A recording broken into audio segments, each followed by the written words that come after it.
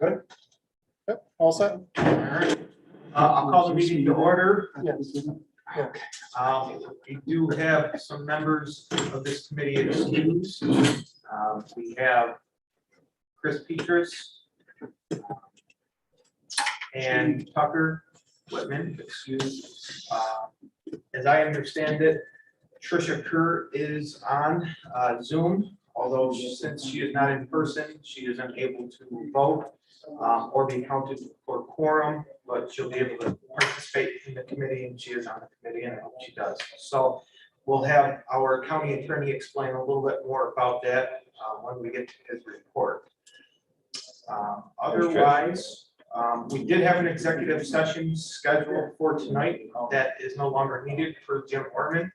We'll hear about that more at the end of this meeting. He still has kind of a presentation to give us, but we don't need the executive session. So that's good.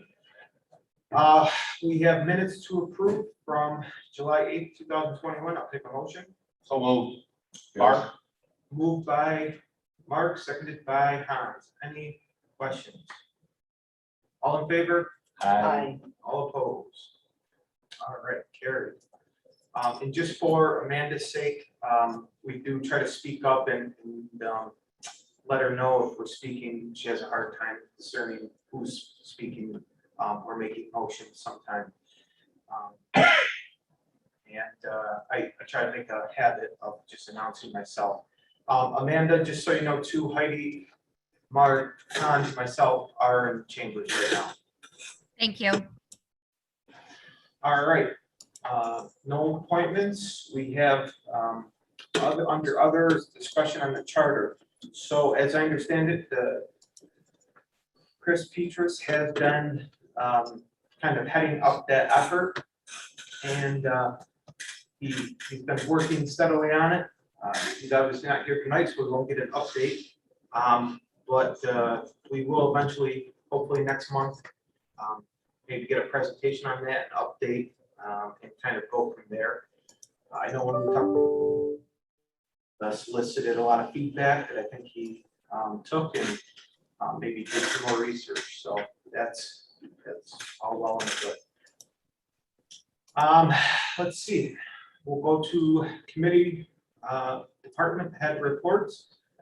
Cheryl and Kate are up first. Well, this won't take long. Okay, great. It's pretty much covered in the report that we sent in, but the thing that's on the agenda tonight for No speaker connection?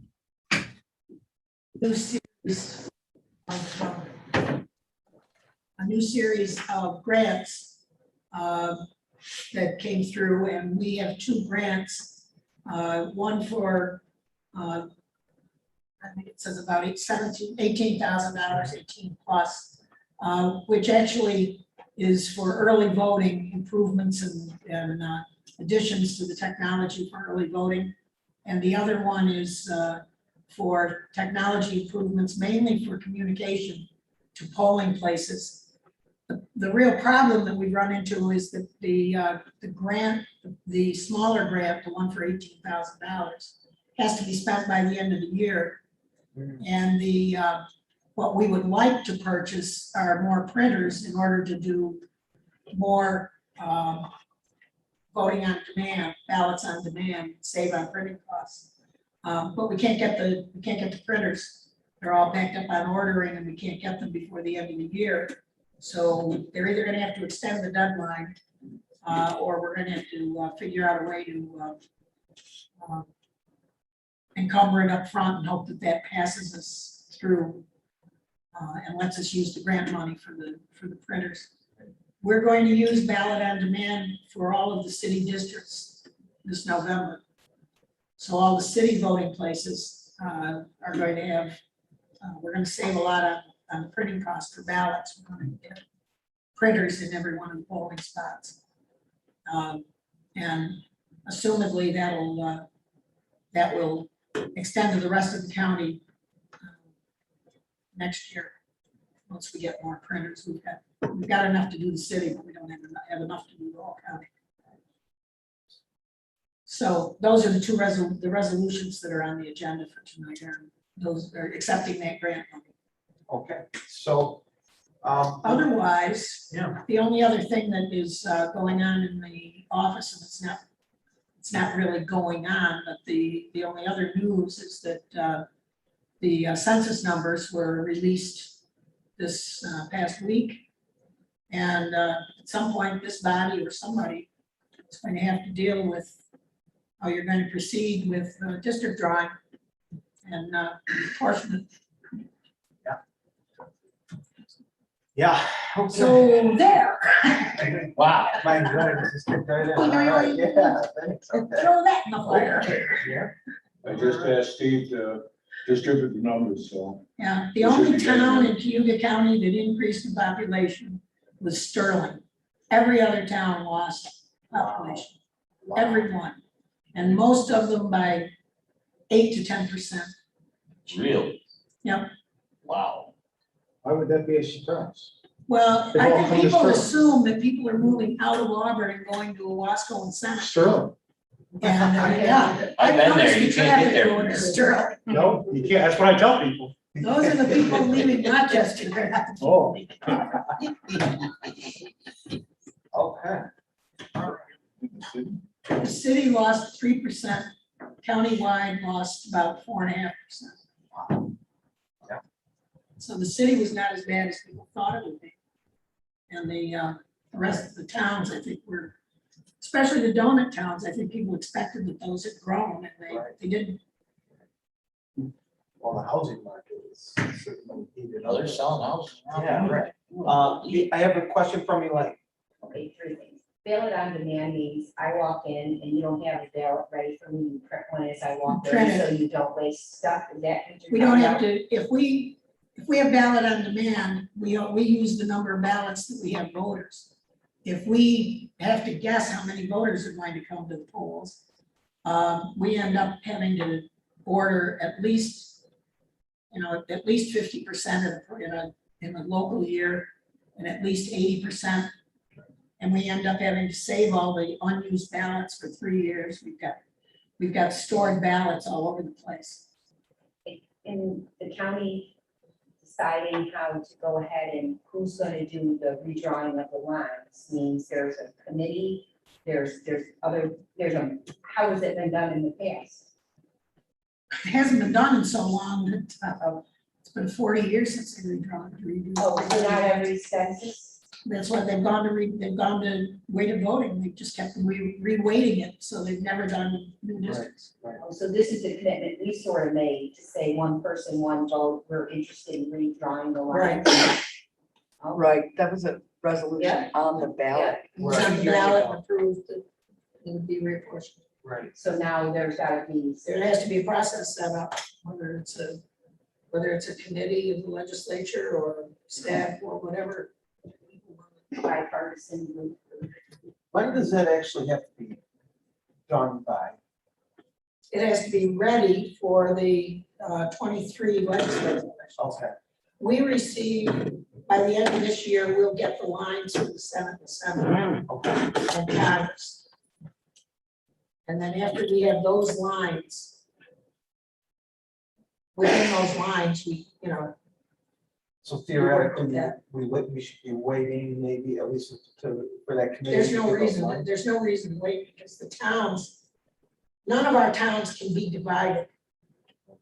Because you can't divide a town that's less than 10,000 people. So we've got the numbers for the towns. So the only real question, as far as the state legislative districts, all they're gonna do is draw lines in the city. Part of our city could have a town in it now, and the city could. You be can kind of- divide the city, you can use part of the city, but you can't divide a town. Chris, You combine, Yeah, you have, and they have to be contiguous. the last time that what I found is that when they converted from a board of supervisors to a legislature, that's when the lines were going, that's how long. it was. wow, And it was done by local law, and it's up to the board to do that. Yeah. So, and I mean, part of, and this is what I try to tell folks up here, is to keep our head straightened, because people hear, okay, so we have to redraw the districts and go to one person, one vote. Meanwhile, there's other discussions that are happening that include downsizing the legislature to possibly 13 seats or 11 seats. And on top of that,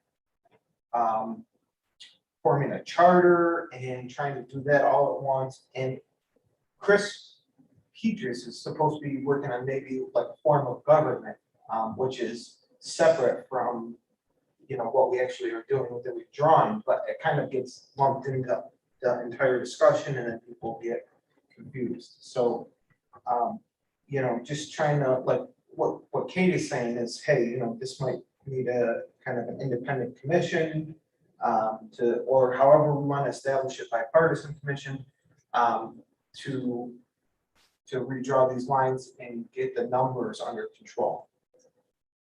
Yeah, okay, so does, I know we have a couple resolutions. Before we move those, does anyone have any questions for the Board of Elections? All right, then I'll take a motion for GL3 and GL4. Moved by Han, seconded by Heidi. Any discussion? All in favor? Aye. All opposed? All right, carried. All right, Kate, thank you so much. Next up, we have Sheila Smith, Clerk of the Ledge. And Amanda is sitting in for her.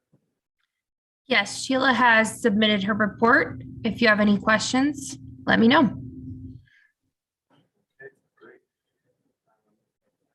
Any questions for Amanda or our clerk's office? Hearing none, thank you, Amanda. Next up is Mr. Palermo. So we want to, before we get into your report, I just want to have you know a few things that we heard about the state no longer having the emergency orders. Therefore, legislators that show up on our Zoom can't vote, but they can still participate. And there's a reason for that, and maybe you can explain that a little bit more. And then as well, we are going to have you present the Cayuga Community College 3 resolutions, just because you're familiar with them, and I don't know who else would do that. So, yeah, we'll go there. So prior to March of 2020, before COVID, you know, we all operated under open meeting law. And in there, under the public notice section, I can read it right here. If video conferencing is used to conduct the meeting, the public notice for the meeting shall inform the public that video conferencing will be used. It will identify the locations for the meeting and state that the public has the right to attend the meeting at any of the locations. Obviously, I don't, you know, talk to each individual legislator, but I don't think they want the public attending in their dining rooms or living rooms or wherever it is they're streaming from. Alternatively, if a legislator were to, you know, video conferencing at a public library or a school or a fire department, that certainly would be an option. And in that case, if it were advertised with notice, that legislator's vote would count and it would be counted for a quorum. Barring that, that's the only way to do it.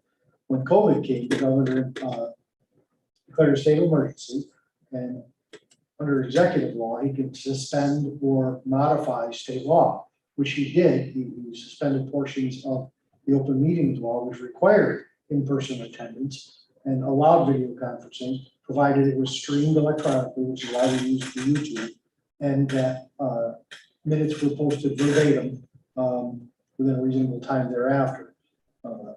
Once the state of emergency ended, so did all the executive orders.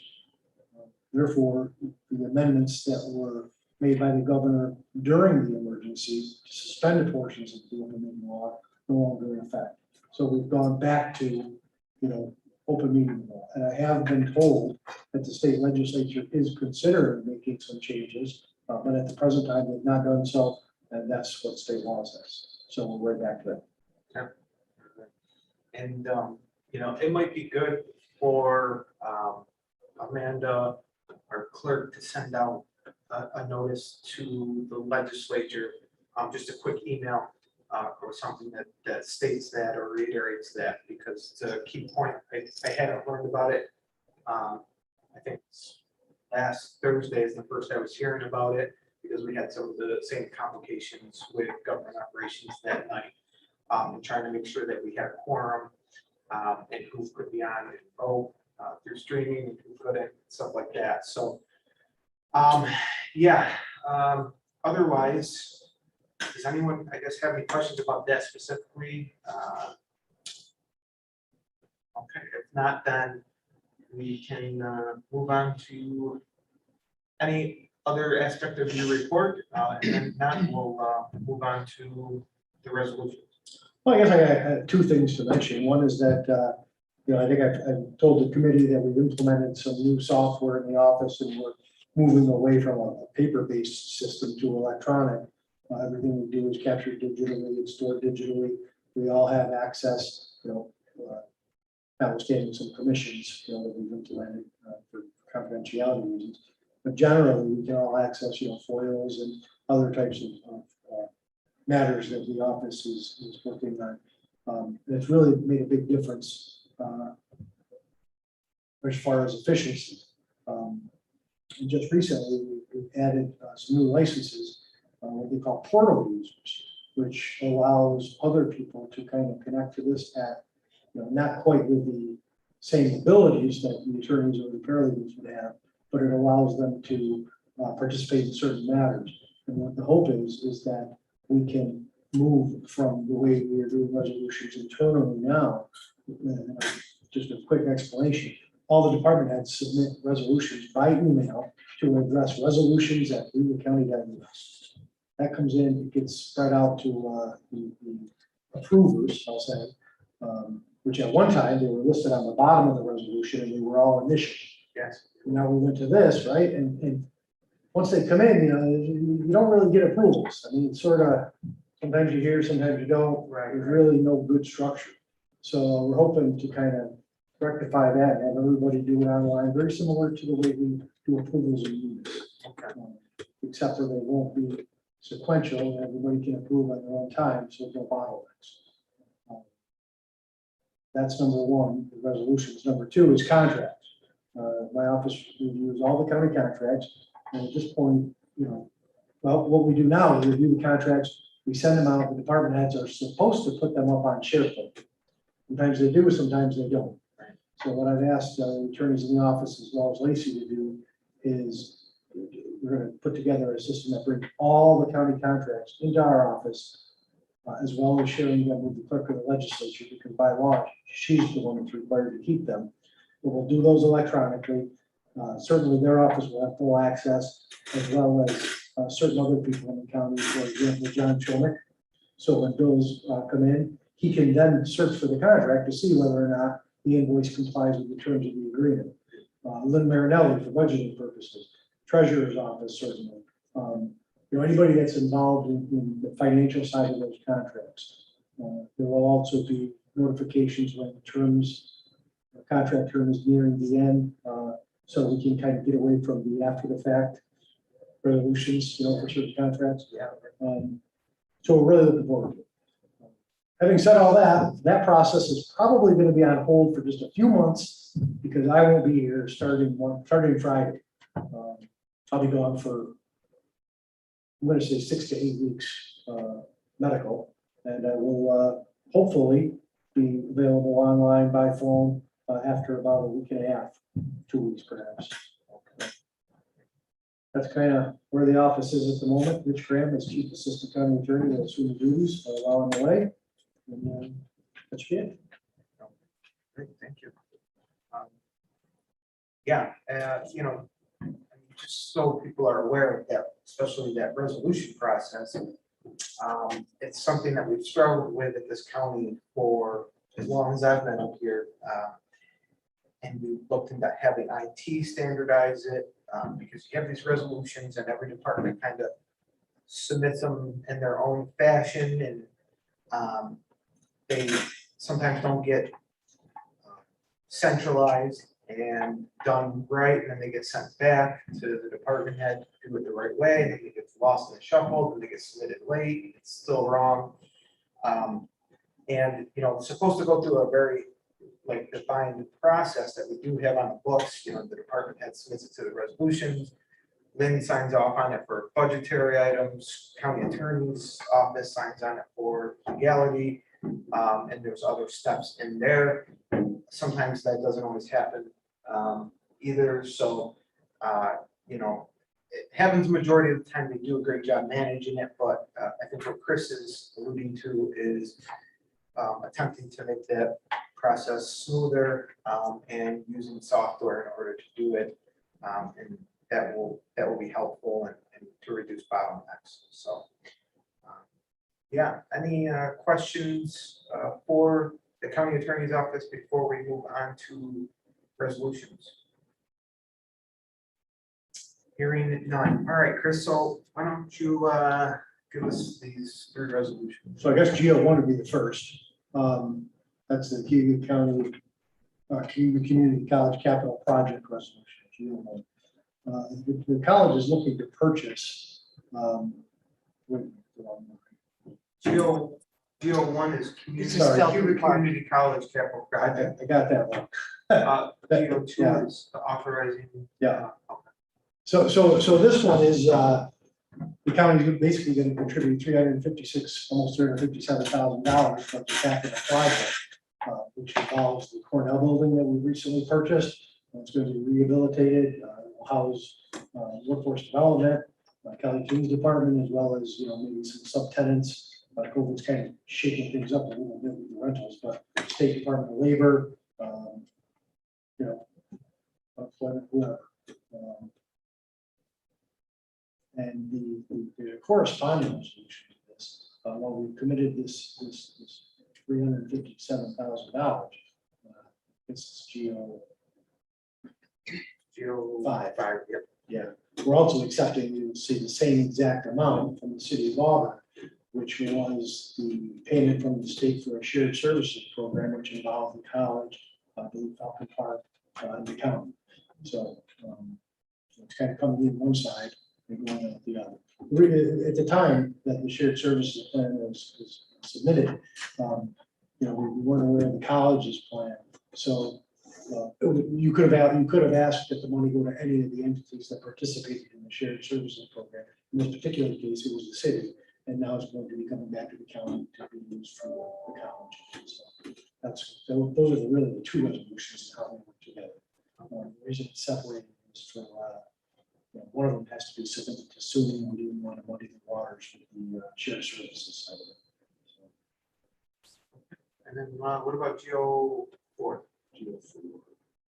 I'm sorry, GO2. Oh, 2, yeah, that's 83 through 87 Wall Street. I think it was last year, maybe the year before, the county purchased 81 Wall Street, which was neighborhood. Yeah, neighborhood house, right? It was empty at the time. They closed. And the college has turned that into a daycare facility, which my understanding is has been quite successful. Now they're looking to purchase the neighboring properties to expand this. And as far as payment on this,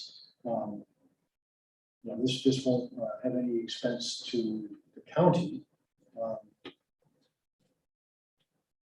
course, half of it's going to be reimbursed by the state.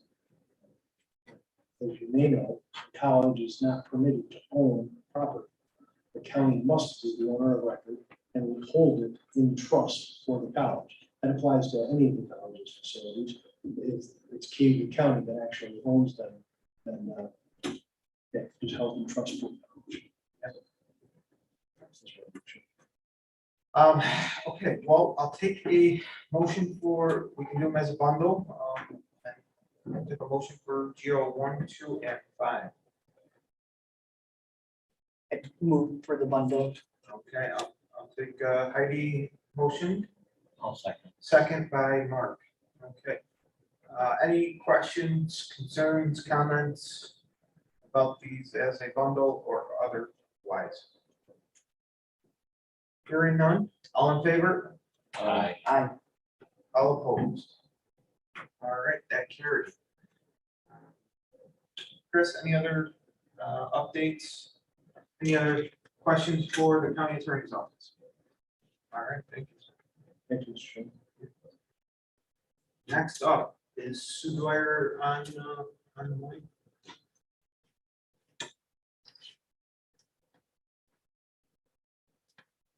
Yep, cheers. Here, yep. Hey Sue, if you can hear us, you are up. Okay, can you hear me? Yeah. Okay. I sent out the 4 departments, the monthly update, and I don't know if you got a chance to look at them, but the numbers in the clerk's recording office are way up. And that's very good for us, very good for Centro and lots of other folks too. So that's been good. The other 3 departments are busy too, as you know, DMV is walk-in and that's been very busy. We're doing a lot of passports over at the clerk's recording office and I don't know if you've heard about the whole 18-week routine passport timing, but it's been a problem. And we're turning to our federal representatives for a little help. We're advocating all of the county clerks. We sent the federal representatives a letter and are asking for their help with that. Hopefully there's a light at the end of the tunnel. It's very difficult for people. And then finally, we got notice about the New York State Archive grants. You know, they skipped a whole year and they put out their 101 selections. And interestingly enough, 67% of those that won the grants were about document conversion. And you've heard me say, like a broken record, you know, about digitizing our records, our Dreams project. And so right now it's happening all over the state. We want to be able to get one of those grants, but as you can imagine, those grants are going to be a drop in the bucket if we want a big digitizing project for our county and for it to make a difference. If we don't make a commitment, we're going to miss out on opportunities with it. And we will put in for grants, but like I said, it's going to have to also affect our budget. And there's going to have to be a commitment made by the county of whether or not you want to do this or not. This will, of course, make the digital divide a lot less for people who need records. It'll help people to work remotely a lot easier. And I did put in, I completed that American Rescue Funds request. I put it in for the digitizing project that would fall under the infrastructure category. So that's what I have to say about that, I guess. I've been gone from the office, so I got back on Monday, working part-time remotely, part-time in the office, and I'm glad to be back. And yeah, any questions? Any questions for Sue Dwyer? Yes, Elaine. So I was just curious, what was your ask for the infrastructure money? I mean, what did you estimate the need would be? That wasn't, I don't believe that was one of the questions. You can correct me if I'm wrong, but it depends how much, basically it has to depend on how much you want to do. You want to do the whole county at once. We see this as a multi-year project. By the way, welcome Tom, our IT director, and I've already requested a meeting with him about this whole situation and with Michael and myself to have a discussion about it and see where his priorities are as well. So if they're interested in doing it, then you have to cost out the phases at that point? Is that what you're saying? Yeah, you would say, okay, are we going to take care of all the county clerk's records, which is a quarter to a third of the records up in the records center? Okay, permanent records. Would we do that first? How much is that going to be? Where are we going to store it? You know, things like that. Storage of information is, well, it's inevitable, but it's also expensive. So we're looking at cloud-based because that's the only one that seems to make sense. But again, our IT person will be helpful on this, and we'll sit down and have a discussion with him too and see what everybody thinks. So we're hoping that this is going to be just as important as other infrastructure requests are. Pay now or pay later. I always say that, but it's true about this. All right, thank you, Sue. Any other questions? All right, yeah, everything is running smoothly, it sounds like, and I do appreciate it. So, have a good night, and we will move on to. Thank you. So I don't know if Tom is on, is he on or no? I don't I think he was expecting believe he to be, was, but- yes. Yes, I'm here. Hey, all right, so, he started what, July 26th or 16th or something, right? 26th, yep. Less than a month, all right. Going. So really, I just, again, wanted to just thank everybody for the opportunity. It's been a really exciting time to kind of step in and, I've only been here 3 weeks, but I've had a good opportunity to meet with a lot of department heads. Sue, I'm looking forward to meeting with you as well. And, obviously meeting with the IT team and also getting a really good idea of the IT landscape and just starting to prioritize infrastructure, network infrastructure, server infrastructure, et cetera. And again, just getting a good priority, 30, 60, 90-day priority, kind of what we had talked about in our previous meeting. So again, thank you to everyone, and I'm really looking forward to getting started here. Any questions for Tom Bunn or our IT information department? All right, Tom, looks like you are all set. Must be doing something right so far, and keep up the good work, okay? Thank you. Next up is our Veterans Office. Lindsay is not here tonight, but I do want to have a discussion about our director search. We are currently looking for a director of our Veterans Office. It's currently underway. We have met as the Veterans Hiring Committee, myself, Mark Strong, Jim Orman, Aileen McNabb Coleman, and Colleen, our new HR director, have been kind of looking over resumes and gathering some questions that we want to ask the next director during our interviews. We are going to be setting up interviews. We're, I believe, still advertising for that, or it might have just recently closed. It was a good search. It does get rather limited because you need a DD 214 in order to apply. That means usually prior military experience. It's a work in progress. We are going to be meeting soon. And we'll have further discussions. We'll be on the lookout hopefully next month.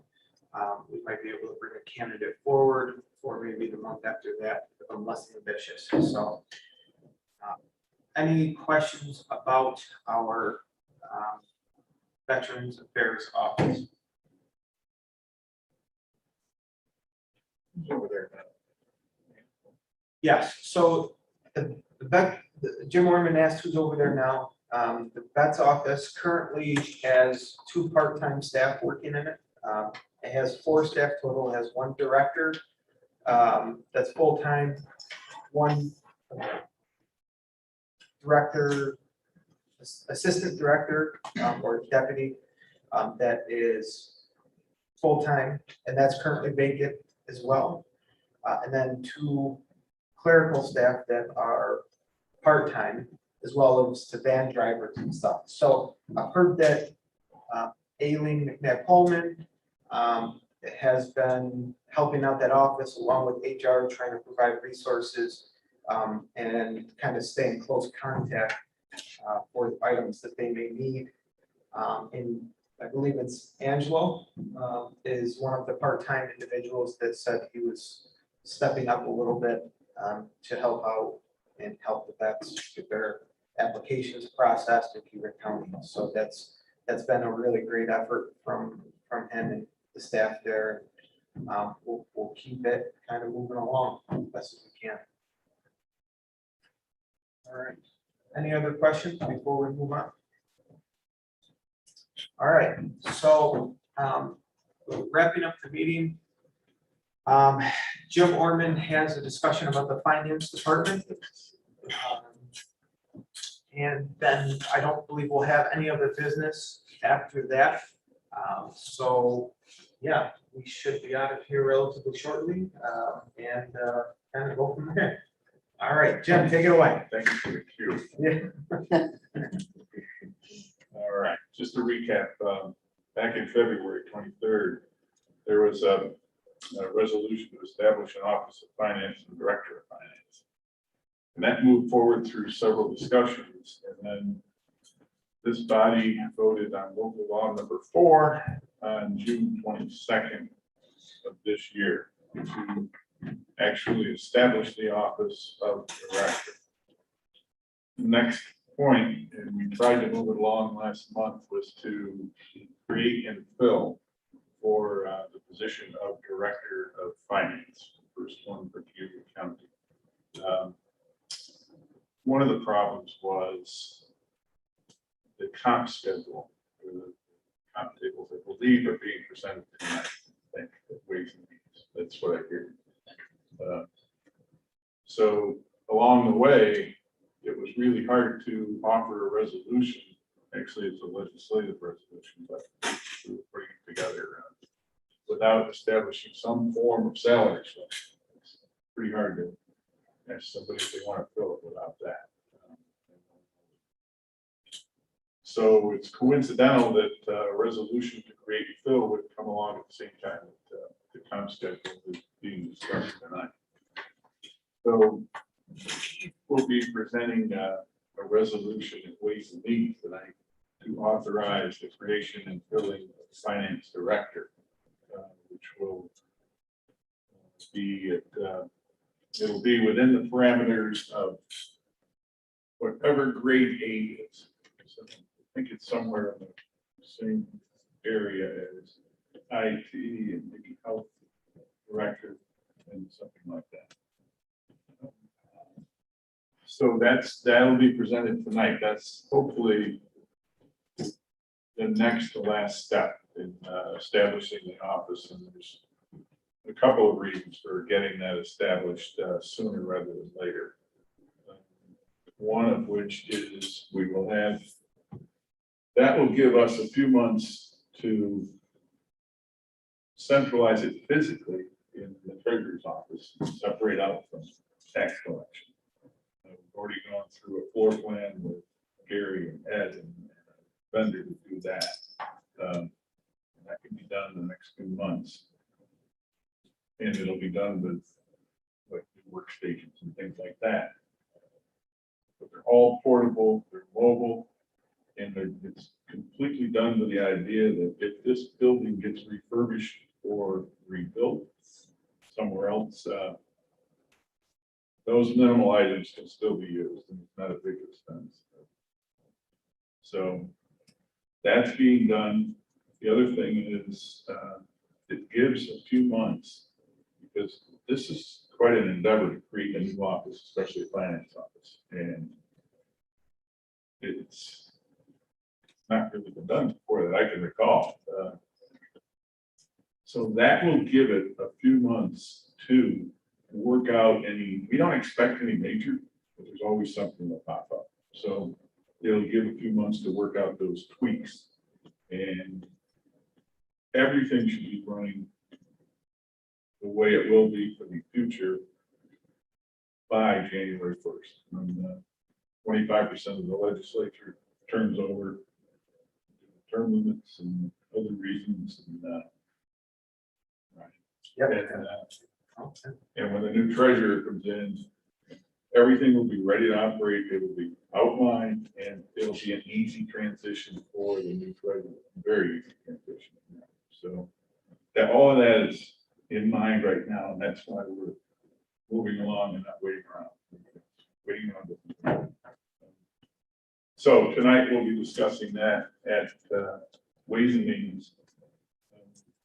And then hopefully that moves along and we go ahead and fill the position and move it.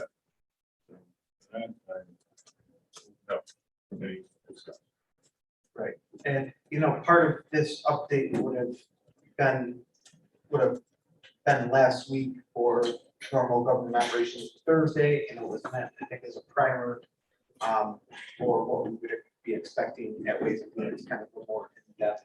We were not required, I mean, our office, we report to Ways and Means, Right. but I don't see it that way, things like this. I think everybody should be in the discussion. Mhm. So we wanted to offer this to this group. Let you know where we are and going into Ways and Means for no surprises. So that's how we're doing it. And that's how we're pursuing it. I'd be glad to address any questions. I mean, so Jim, to hammer point home, for Ways and Means, you'll be looking at the comp plan resolutions. It's kind of a component to this finance, That's a big. right, it's the component, because, it establishes a lot of variables that are part of it. And so, we'll have maybe a larger discussion when that comes up and, hammer it out. This is just piece of that. Yep. All right, so any questions for Jim? I see Heidi's hand up. Hi, Jim. Just for clarity from my colleagues, I know that when this has been discussed in the past, there has been concern that there isn't total transparency and that by moving to a finance department, we're going to create a bottleneck place where we're spending more money. And that's been a voiced concern. Can you describe really quickly why you see that as not true? I see that as not true, number one, because of the opportunity for the county to actually create this department. That department actually becomes your department. It reports directly to the legislature. It becomes an arm of yours to utilize as you see fit. And it will not be a bottleneck. In fact, it will be the opposite of that, because right now there's bottlenecks because some of this financial stuff is done in other departments. And going back to Ryan's point, they do it a little differently and sometimes not expeditiously, or they don't feel like following the rules because or whatever reason. We all know what happens. This will hopefully open all that up. Things come into this office and move right through it. And if they don't, they're responsible to you, not anybody else. No future administrator. No, you, the legislature, your partner. Yeah, and I can just comment a little bit more on that because I was on the finance committee. Right now what happens at the county is that you have finance stuff, let's just say, happening out at the sheriff's office, out at HHS, within Jim's office, within so on and so forth. Like he said, they all do it a little bit differently. And so what they're really trying, and then in Jim's office, he has people that work on units and more finance matters than they are treasurer matters, right? And that's part of the kind of split that we're seeing.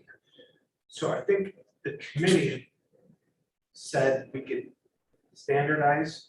If we were to create a finance department, we're able to standardize, kind of centralize those key functions of a finance department, separating it from duties of the treasurer's office, which are mandated by state law. And at the same time, we could bring some of those people in-house and possibly find efficiencies where they are doing kind of similar work. And, you know, that would be more long-term, if I remember correctly, Jim. It's probably a 1 to 3 year. We've Right. got some immediate ideas, but until this is formalized, there's no sense in talking about all of that. Right. But the other thing that happens when this gets formalized is this person, finance director, can now be called on for analysis of future meetings or whatever you want to do. Right now, it's in purgatory, if you will. It's no man's land, there are no ladies. Right. Okay. And so, yeah, and you'll hear more about that next meeting from Keith, and you'll love to hear that from him. He's glad to explain it to you. So, any other questions for Jim? All right, seeing none. Thank you. Yes. All right, any other matters to come before government operations before ask for adjournment? If not, take a motion to adjourn. Okay, moved by Mark, seconded by Hans. All in favor? Aye. All opposed? All right, that carried, and 5 minutes, starts Ways and Means. Thank you, everybody. Yeah.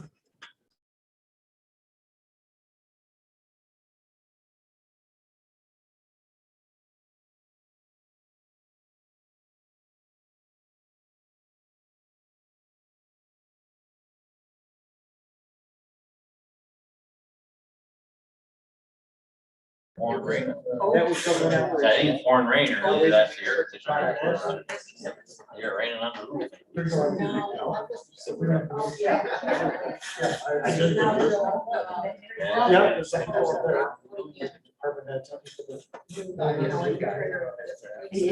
Ryan's gotta stay. What's that? Yeah. Sort of like you said. Well, the state has.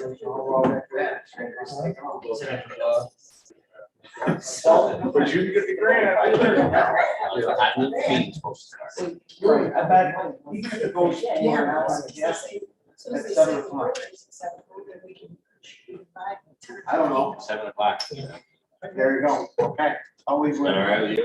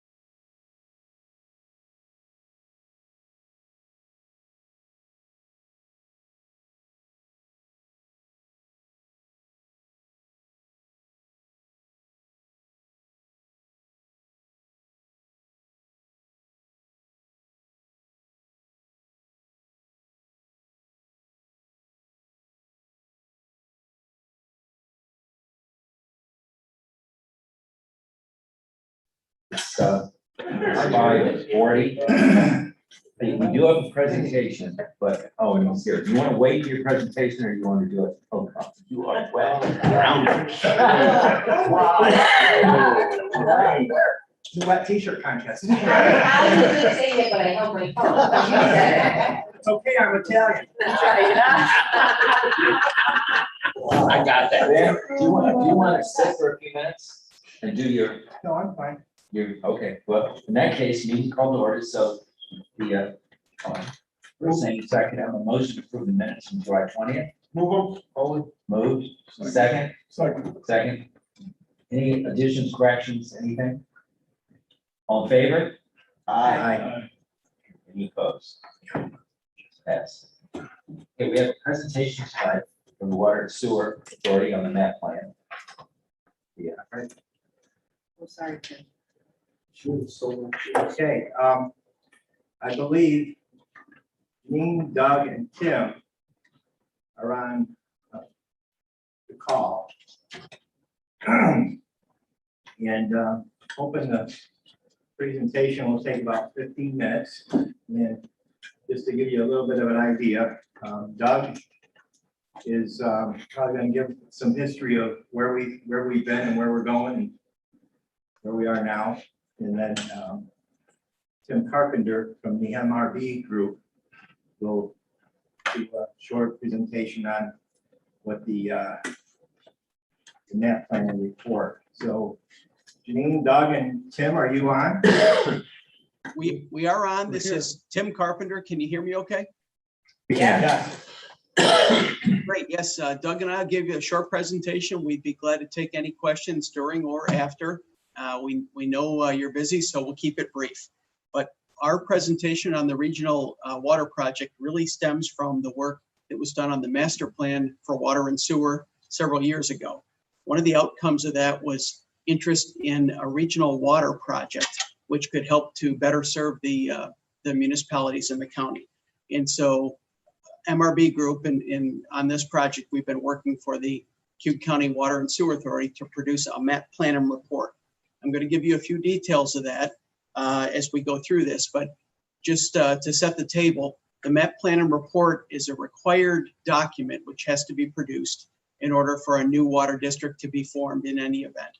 So we prepared that map plan and report, and we'll go through that a little bit.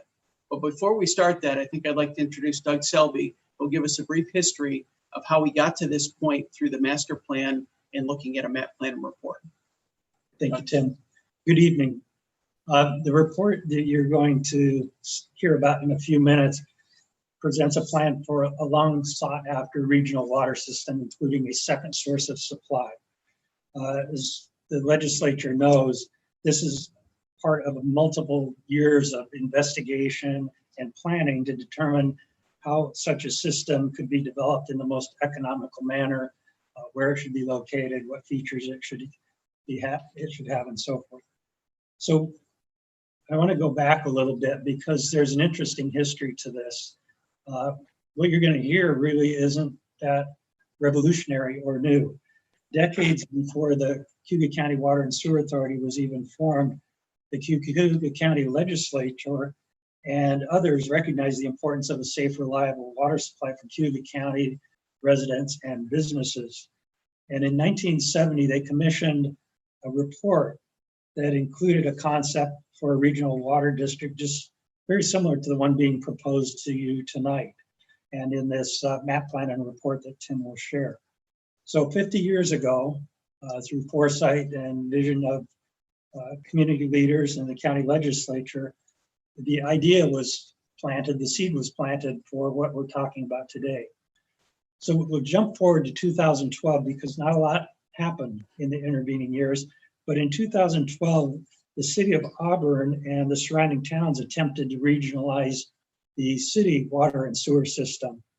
That plan at that time did not include any new facilities, but it would have created a framework, an organizational structure to own and operate the facilities that the city of Auburn now owns and operates, operating them as a regional system with cooperative agreements between the towns and the areas being served. Unfortunately, that effort too was unsuccessful. So we'll move forward to 2019, when the Cayuga County Water and Sewer Authority, with significant financial support from the Cayuga County Legislature and the state of New York through the Department of State, produced a master plan for water and sewer facilities that looked at facilities throughout Cayuga County from the north to the south, what the needs were for existing facilities in terms of upgrades and other requirements, and produced some little plans for different municipalities here and there. But out of that report came the idea of a regional master plan for water. And very similar to the 1970s report, it proposed the creation of a central district that would operate as a regional water supplier to towns and villages throughout Cayuga County, central Cayuga County. That plan includes a second source of water and an expanded network of pipelines, pump stations, and water storage. This new system will improve reliability for customers who already rely on Owasco Lake as a source of supply. And we might add that that source is largely delivered through the city of Auburn, one intake in the lake, one water treatment plant, one key pumping station, and a key pipeline. The new project would also improve resiliency of our water supply.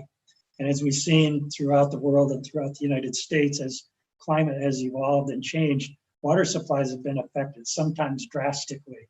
And I don't think anywhere in the country can ignore the potential for long-term climate effects on our water supplies. So this project helps to address that. It expands municipal water sources to new areas that need water. It supports economic development, and it provides an opportunity for a uniform rate structure for water purchased by municipalities, where today the sale of water from the city of Auburn to a town, which will mark it up and resell it to a village, which will mark it up and maybe resell it to a town, pyramiding costs. The essence of the project, and I think most people have heard about it, is a new intake on Long Point with a deep water intake in Cayuga Lake that goes below the thermocline to an area where the water is more stable and less apt to be polluted, and a system of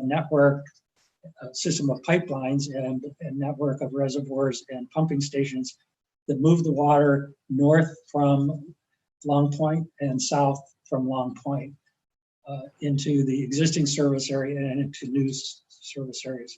So the report today is a step, it's actually on the critical path of moving this project another increment forward to the possibility of actually becoming a viable and real project. So I'll turn it back over to Tim to give you some more details about the report. Thanks, Doug. And I wonder if somebody at the meeting could advance our PowerPoint slide. I don't have control of it here. And if somebody has ability to advance the slide, that might be helpful.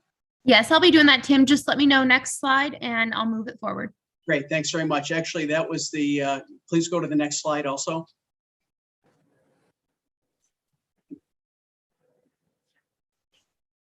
Still waiting for next slide, please. Yep. And actually one more.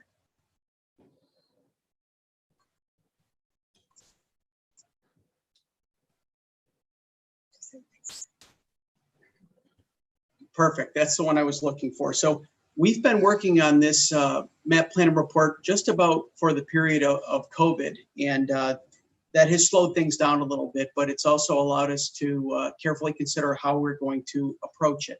We started out looking at the entire regional project as one project, and we then rolled that out to towns and villages and had several meetings with them. That was not well received, because I think the municipalities perceived that some of them had real tangible benefits, others did not have real tangible benefits from the expansion of the system and the increased reliability. And so as far as trying to spread the cost over all of the people involved, that was a non-starter during the COVID period as we met with people. So we regrouped and we went to a phased approach and said, okay, we're going to have to break this project into phases and assess the debt service to the people that actually benefit from the various phases as they're put in place. Otherwise, there won't be enough public support to even continue talking about it. So we revised to a phased report, and it includes 11 or 12 phases. And what we're going to talk a little more about today is the first phase and how it could establish the district, and then how the other phases could be accomplished. Advance the slide, please. In the initial phase that we'd like to recommend, we would talk about establishing the district and leasing many of the existing water lines that connect the city of Auburn to the various towns. Still waiting for that next slide. Here we go.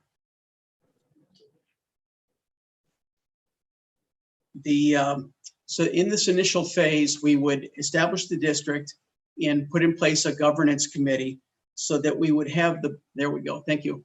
The bones of the project could be then described and worked on in coming years. So what we're talking about is this initial phase might be $10 or $12 million needed in capital, and a lot of negotiation with towns and villages throughout the county, such that the regional project would control the flow of water north and south through the county, and would eliminate those additional charges that some communities place on water passing through their borders, and put that into a common and well understood fee. We're talking about $1 per 1,000 gallons that flows through, and that fee would be collected by the regional project and would help to cover the cost of water main breaks and the maintenance of the system that was put in place. So we think that with that as an initial phase, there may be enough support to move this forward. We'd have to negotiate with each municipality to actually lease those existing water lines rather than installing new water lines along the whole route. And so that would be a critical part of this first phase of the project. Next slide, please. We proposed that the new regional water district would be governed by a board of governors, which would largely be the mayor or supervisor of each municipality or their designee, and that those governors would vote for any rate increases or anything that spent money concerned with the project. Still hoping for that next slide, which says. I think there's just a bit of a delay, I got Tim. it. Okay, great. So it's entitled District Governance, and just waiting for that. Oh, that's up here. Oh, okay, great. So the idea here is that this board of governors would be able to decide if that $1 per 1,000 rate for processing the water and the initial charge to be part of the district, which we've proposed as $10 per equivalent dwelling unit for towns and villages, and $1 per equivalent dwelling unit for EDUs, which are within the city of Auburn. That would provide the framework for the minimal fees that are needed to keep the governance going and to pay for the distribution of the water and the water main breaks with staffing that's needed. So the proposed fees are that $1 per 1,000 plus $10 per EDU and $1 per EDU within the city of Auburn. The idea being that the city of Auburn doesn't benefit directly from receiving water. They're already making their own, but they do then have a seat at the table on the governance of the committee, and they stand to benefit from both increased sales of water to other communities and eventually from connection to a second source, which could back up their own source.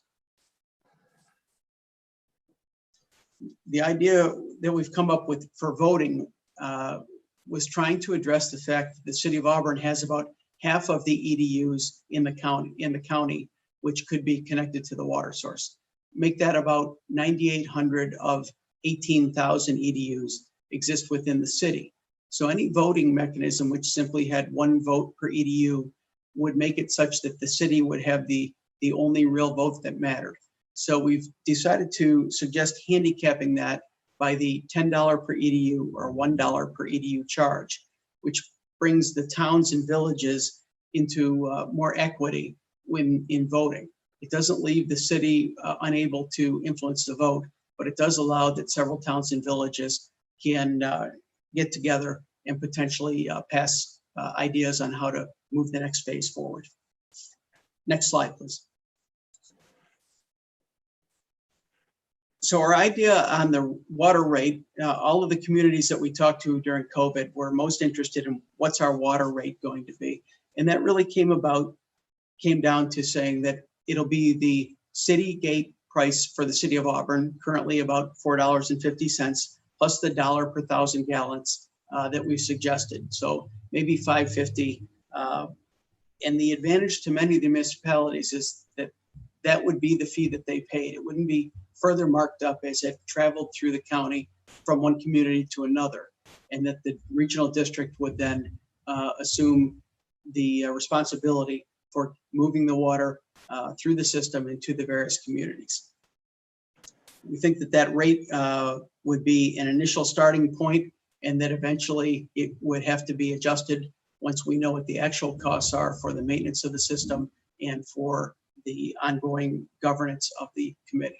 But those ideas of $1 per 1,000 and $10 and $1 per EDU do turn into significant amounts of revenue, which could pay for several full-time employees to fix the water main breaks, to administer the system, and to cover the legal and professional services fees required to govern and run the district year to year.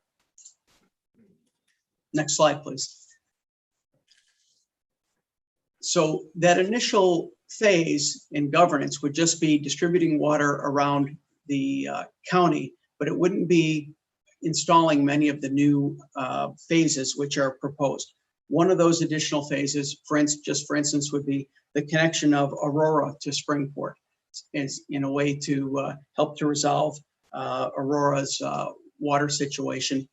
But that one is only picked as an example. We estimate the cost might be $6 million to install that pipe, and it would affect 300 EDUs approximately, with a capital debt of about $900 per year per EDU if no grant funding was obtained. The idea of our involvement with the legislature would be to figure out those numbers and then talk to the legislature about whether additional funding might be possible to help to reduce that fee from $900 per EDU to some lower number before the phase was initiated. And at each of these phases, the municipalities involved would have a chance to vote on this to decide if they wanted to move forward with it.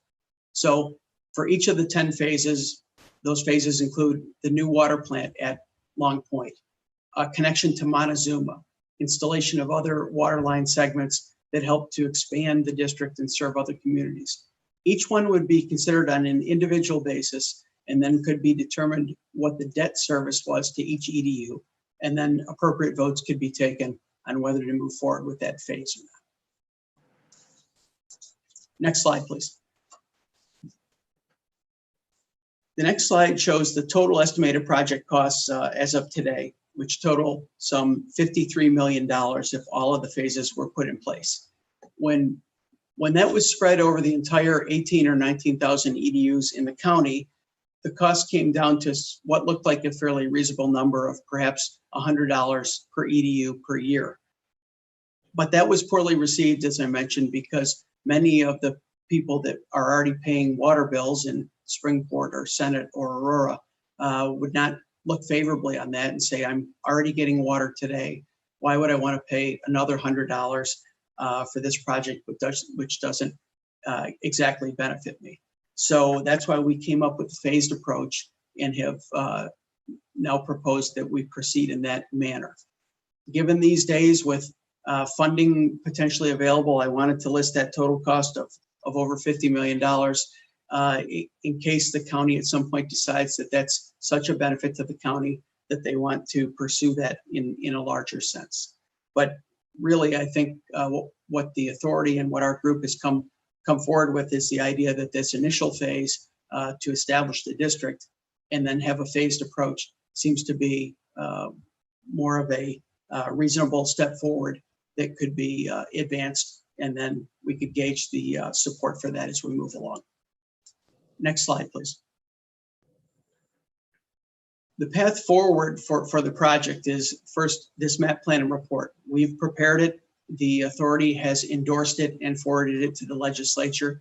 After your committee's review, I would think that we would want to have the legislature consider it.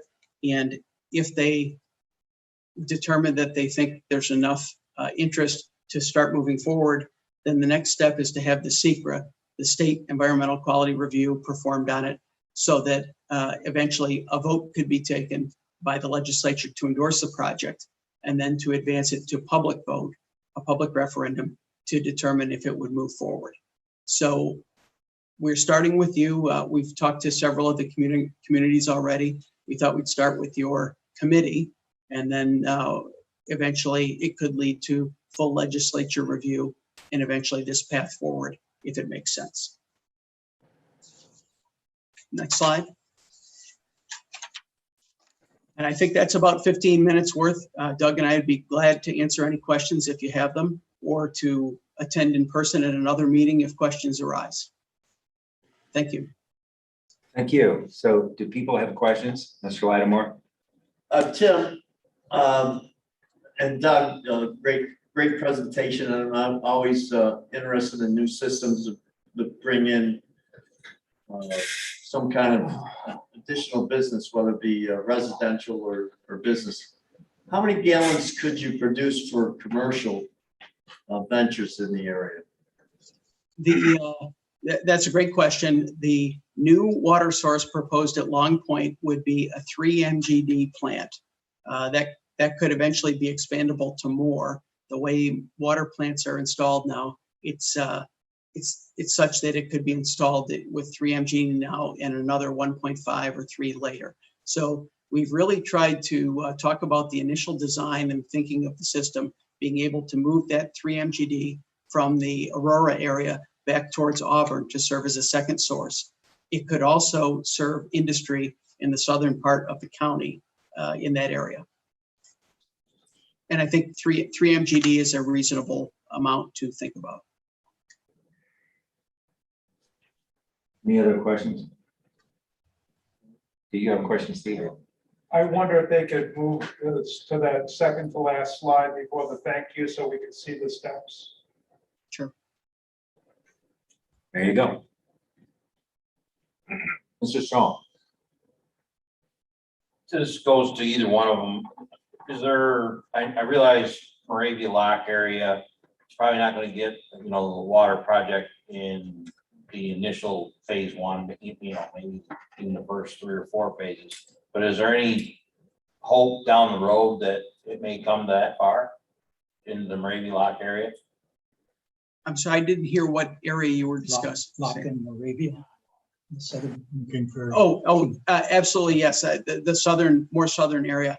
Yeah, our one of the phases that we described completes a leg down to Genoa, and so there's nothing that precludes the idea of going farther south if there was a locus of community people or industry that wanted water. Most of these water projects can be installed if there's a group of people at the end of that line that is looking for water. So yes, there'll be plenty of capacity. The only question will be, will it make sense to install a line down to that area? See if anyone else has a question, Tim, for you. Ms. Fuller. Yeah, just a quick question. One of the key components of this is applying for grant funding. I mean, how much money is out there, for projects like these currently that you've seen, and maybe just a ballpark or an estimate? No, that's a great question, and we've asked our financial consultant, Mark Colopy, to weigh in on this on many of the projects that the authority is looking at doing. And in general, now water and sewer projects can look to be able to secure 20 to 40% of the total construction cost as grant funding. There are periodic programs in New York State and federally that fund these kinds of programs. And it seems quite likely that 20% could be obtained, and then sometimes as much as 40. And that doesn't include, I assume, the $2 trillion infrastructure bill that's working its way through. That's right. The great wild card, of course. The 20% are programs that have been in place in New York for many years and which seem likely to continue into the future. As far as one time or the next few years, there's not even been a framework put in place to determine how to apply for what might be available. Thank you. Mr. Vitale. Hey, Steve, thank you for asking them to go back to this slide, because I think this is, you know, kind of where we sit right now. Is last week and a half ago, the Cayuga County Water and Sewer Authority approved a final draft of the map plan and report. Okay, and so, and then after that, we are presenting it to this committee, the full ledge. I don't think there'll be a presentation like this at the full ledge. We're also, we'll be presenting it to a lot of the towns and villages and to the city of Auburn City Council, so that everybody will have an idea. But what's important to me, and I think important for the path forward, is that I'm hoping that next week at our full ledge meeting, I can bring forward a resolution that would basically say that we are in support of the final draft of the map plan and report. What that does, it doesn't commit us to anything at this point in time, but it allows us to move forward with the seeker process. And without the seeker process, then we can't continue. So all I'm going to be asking next week is that we have a resolution so that we can continue this process. You heard Tim say that, you know, the county could put money forward to reduce the cost. I'm not proposing that right now. Right now, what I would like to do is get it approved, get the seeker process going so that we can start looking for funding. As Mr. Batman just said, you know, we've heard talks of $1.9 to $3 trillion coming out for infrastructure. My thinking is if we could get 15 to 25 million out of that 2 or 3 trillion, then we would have a project that is definitely started. And then we could continue step by step, as you said, as we've been saying, it goes by phases. And the phases would be determined by a governing committee that would determine what phase goes forward when and how much it's going to cost. And obviously the people that are in that district would have to vote for it anyhow. So I'm really hoping that we can take the next step to move this on so that we can continue the progress with this map plan and report. Tim, you had another question? Yeah, Doug, I know I worked with you when you were with the city, and I've always been a public safety, you know, metropolitan look, and I know that the city tried to get the towns and some of the villages, and I know we extended pipes to Aurelius. Do you see any problem financially with hurting one system over another with a new project, or can we make this project bigger? Since there is so many trillions of dollars coming out, I mean, is there a way that we undersize this, that we should make it bigger in order to make it more glitzy to get our political people involved? Well, it's easy to make things bigger, certainly. The limitation really is the funding. So the plan was to try to squeeze as much out as we could out of a relatively small amount of money. But if there were thoughts or desires to expand it into other areas of the county, certainly that's a possibility. This is kind of the backbone being created for a regional system that can grow as needed. So I mean, Wait a minute, before you go on, I think you need to clarify, Doug, because in order to expand it at this point, you would have to restart the engineering. So it's not something that can be expanded as part of this map plan, because you don't have any engineering other than what's been done. So it can be done in the future, but the future is not going to be next month, 6 months, or probably not even next year, right? That's right. well, when you were working on the Las Vegas water system, that was pretty big. So you have seen large water systems in the desert, correct? Yes. Thank you. One of the differences is there was tremendous growth, and growth helps pay for developments of infrastructure. We're not blessed with that or cursed with that, as the case may be. Okay, do we have any other questions? I just have one point of clarification.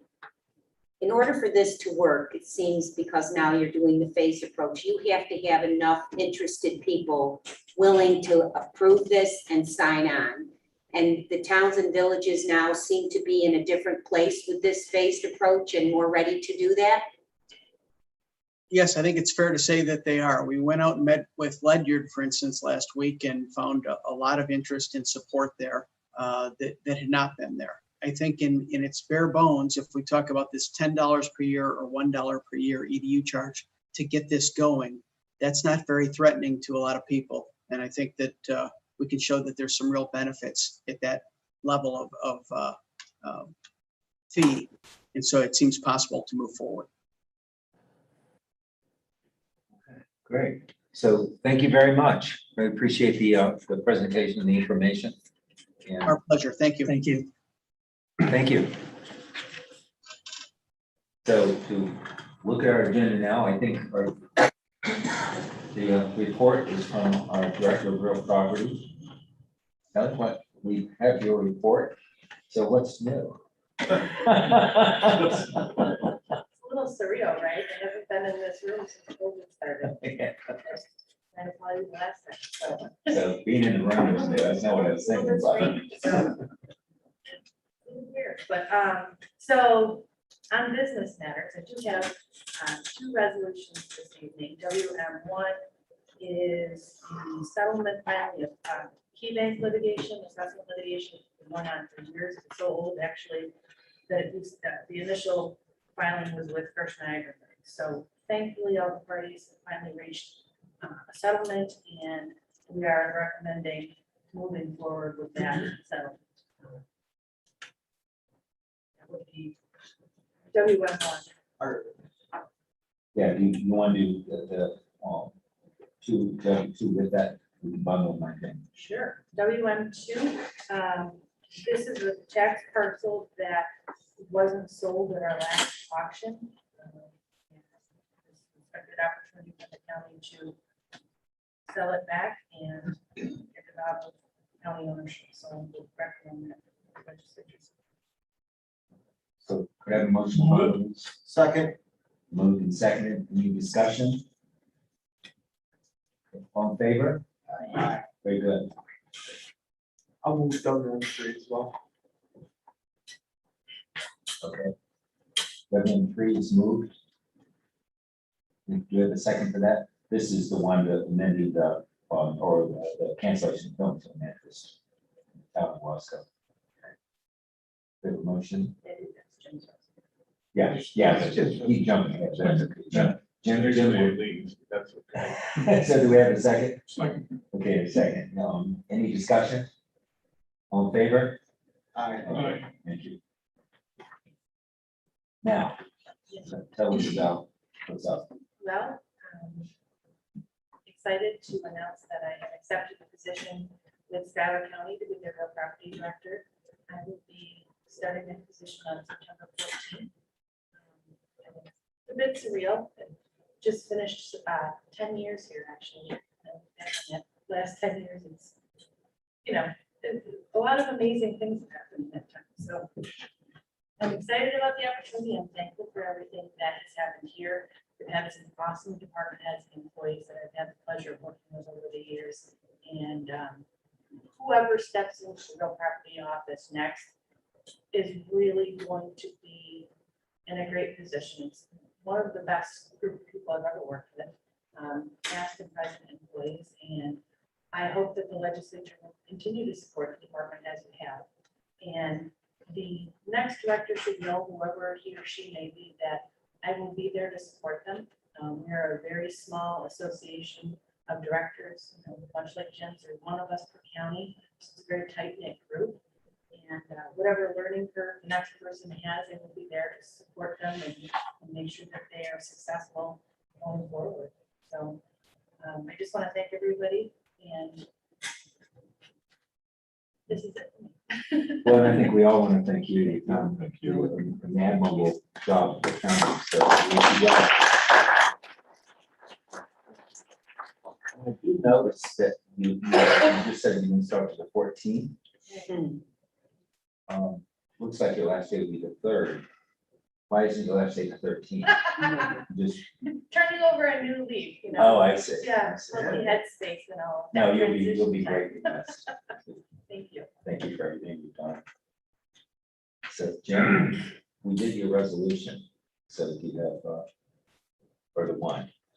Okay. No, I just had my report and just wanted to commend Jen and Stacy, Lori and Sally as usual in the month of July is our busy time. And this year we've now opened back up to the public. But it's nice to see some of the things we did during COVID that helped alleviate this. Our drop box in the front. People now have gone through the process of mailing or credit card payments and all that. So that's all help us going forward. The other thing that happened is about 5 years ago, Jenny, and this is not a mandate, but on her own, came up with a process to notify people that missed their second payments, which happens more frequent than you might think. They become delinquent. And she started this follow-up process, and since she did, the number of delinquents that go on beyond this period of time has dropped almost 30%.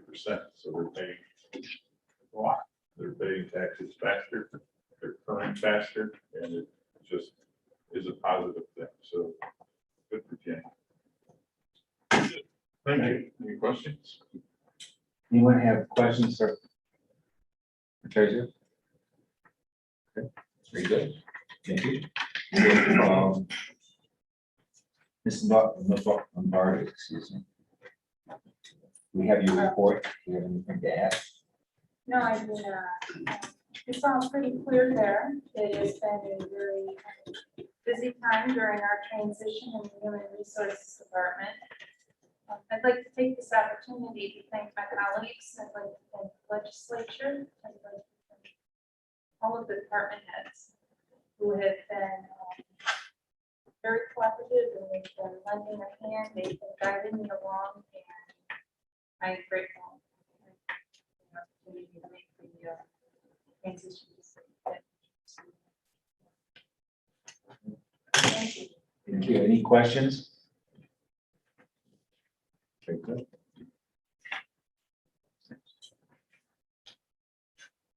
Mr. Carr, you have your report as well. Would you like to add anything or underscore anything? There's not much I really need to add on there. Just want to update everybody on the restaurant voucher program. Going pretty well, probably exceeding expectations as far as the numbers that have signed up. We're right now sitting at, I think, 37, just before this meeting, restaurants to participate. So the sign up, the availability for the sign up for restaurant is tomorrow. So if anybody knows of anybody that was thinking about signing up restaurant wise, please, let me know if I can reach out and help anybody or whatever. And then on Monday, the 23rd, this program will go live to the public. And judging by the phone calls and emails we're seeing that are coming into the line for the restaurants to sign up, I'm sure this is going to go very quickly as far as the vouchers to the public. Yeah, and if I may ask, are those restaurants fairly evenly distributed through the county? I mean, you're going to be more often. Right, correct, yeah, so I mean, I've seen there's, the furthest south I've seen, I believe, is Moravia, New York Pizzeria in Moravia. I'm not familiar with the New York Pizzeria in Moravia, but today we had a restaurant that I'm not familiar with, Jim, maybe you already know, it's out towards your way, Union Springs, Brewers. Dugan. Yeah, we got a couple out that way. We have one soon up in Fairhaven, there's a couple, Cato. Yeah, I think it's fairly spread out, yes. Great, good. Okay. Any questions? Mr. Wagner. Our highway superintendent was here the other day and I questioned him on the rock salt with Onondaga County. Thank you very much for putting that through with Onondaga. So that will save us money. I know it's summertime now, but fall's just around the corner. Sure. Thank you.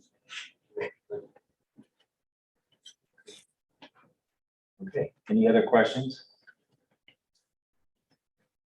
Okay, we have, before we get into the others, and I was looking for my resolution here. Yeah, we have I was looking for the copy here. So we have two other ways and means resolutions, so let's look at those totally different committee ones. One is Ways and Means 4, which is amending the pre-event compensation plan. This is is creating the food grades and the placement. No, I was just, no idea, didn't have it. It's amending the plan to establish the grades and to put each of the non-bargaining people within those 8 grades. This project's been going on for, I think, about 2 years. Yeah, it's taken a long time. Everyone else's history won't go through it, but if I could have a motion. I'd like to make the motion. Second. Any discussion? All in favor? Aye. Any opposed? Thank you. And then the other ways and means is with the departure of our HR director, we will be entering in a search for a new HR director. But unfortunately, it leaves us a person short, and a critically important person, the director. Our deputy director is very new, and so there was some consideration, I think, on many people's parts, that it was very unfair not to provide some support. So Lena's had discussions with our previous HR director, and he's willing to come back on a limited basis in order to provide the support that's needed. He'll also be the person that will be leading the search for the new HR, the staffing search for the new HR director. So we need a motion for this. Move it. Second, Foley. Any discussion? All in favor? Aye. Any opposed?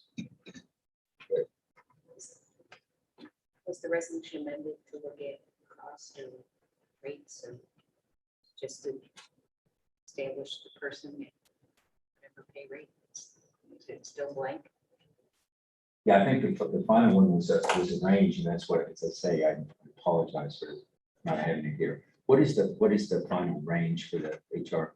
I have not seen. I I don't mean, know. the It's still. draft resolution, I saw it blank. Okay, so we'll have to ask Aileen to negotiate that final thing and bring it to the ledge, so we have to have the money in there. Minimum the hourly rate or the. Right, well, hopefully she'll negotiate at any rate. Right. By next week, so. Great. Okay, so we have also a resolution. You want to pass this out to him and explain what we're doing? And, Why we're doing this. One more ways and means.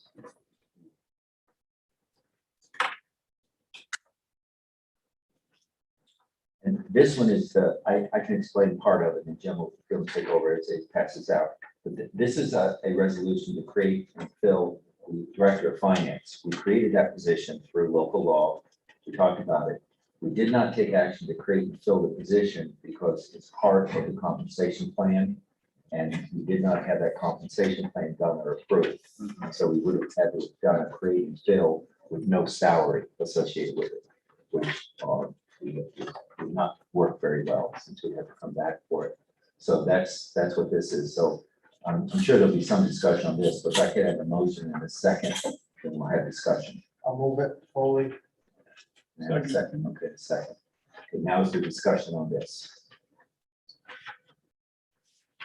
So this basically just allows for the position to be filled and puts it in the new That's correct. comp plan that instead of reverting back to the comp plan of old. Exactly. So this is establishing it, assuming this all passes at the grade 8, which is the newest revisions to the non-bargaining comp. Right, correct. Okay, any other comments or questions? In that case, Yes.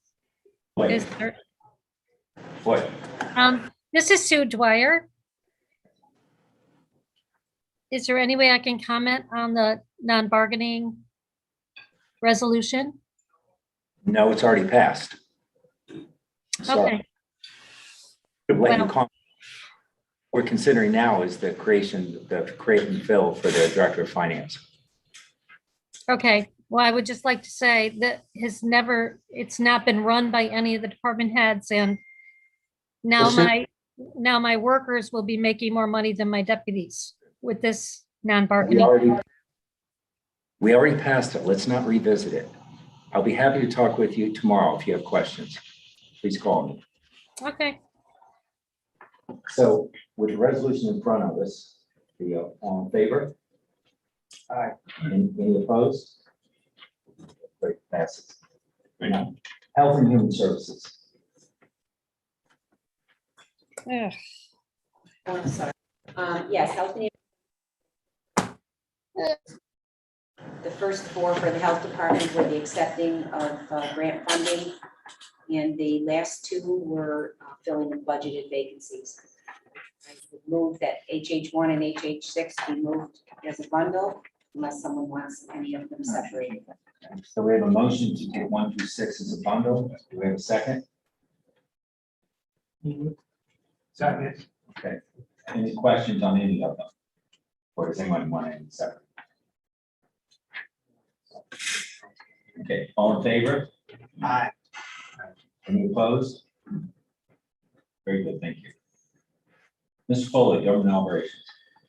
Mr. Chair, government operations had 5 resolutions, all unanimously passed within committee. I offered them up as a bundle, unless anyone wants one singled out. Okay, so we'll take that as a motion. Do we have a second? Any questions on any of these, or does anyone want anything separated? Okay, hearing none, all in favor? Aye. Any opposed? Very good, thank you. Planning. Chairman, planning has 1 resolution, sent to the committee, 6 your approval. I'll move it. We have a motion and a second. I'll second. Any discussion on this one? All in favor? Aye. Any opposed? Very good. Thank you. Public Works has 6 resolutions. Ms. Whitman was able to come and it's vice chair. Trish Curtis is ill, quite ill, and unfortunately. But so there's no chair or vice chair to present these. So I would simply offer them and suggest that we bundle these. I don't think there's anything. They go ahead and commit. I'll move them forward. Second. Okay, great. Any discussion on any of these? All in favor? Aye. Any opposed? Thank you. Finally, Mr. Vitale, Judicial and Public Safety. Thank you, Mr. Chair. I'd like to bundle all of the JP resolutions. So I'd like to bundle JP1 through JP1. If somebody would like to make the motion second. Okay, we have a motion. I'll move it forward. Second. Thank you. Any discussion on this? All in favor? Aye. Aye. Great. Okay. So at this point, could I have a motion for executive session to discuss employment of a particular person? Move it forward. Okay. We will go into the other room. Keith, will there be any business after this? I'm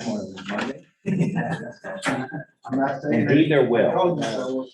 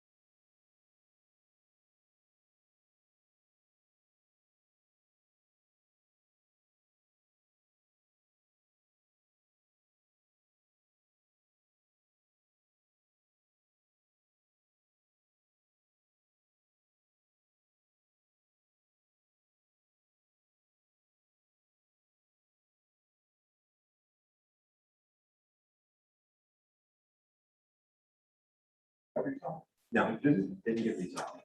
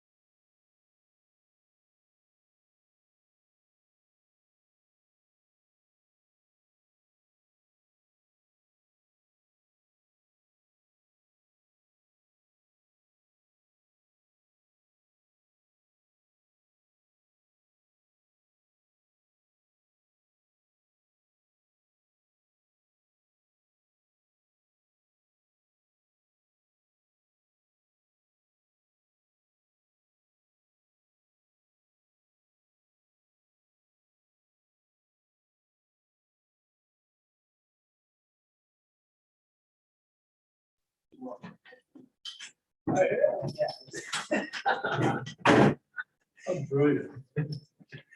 Cheers. Yeah. The minutes. Right.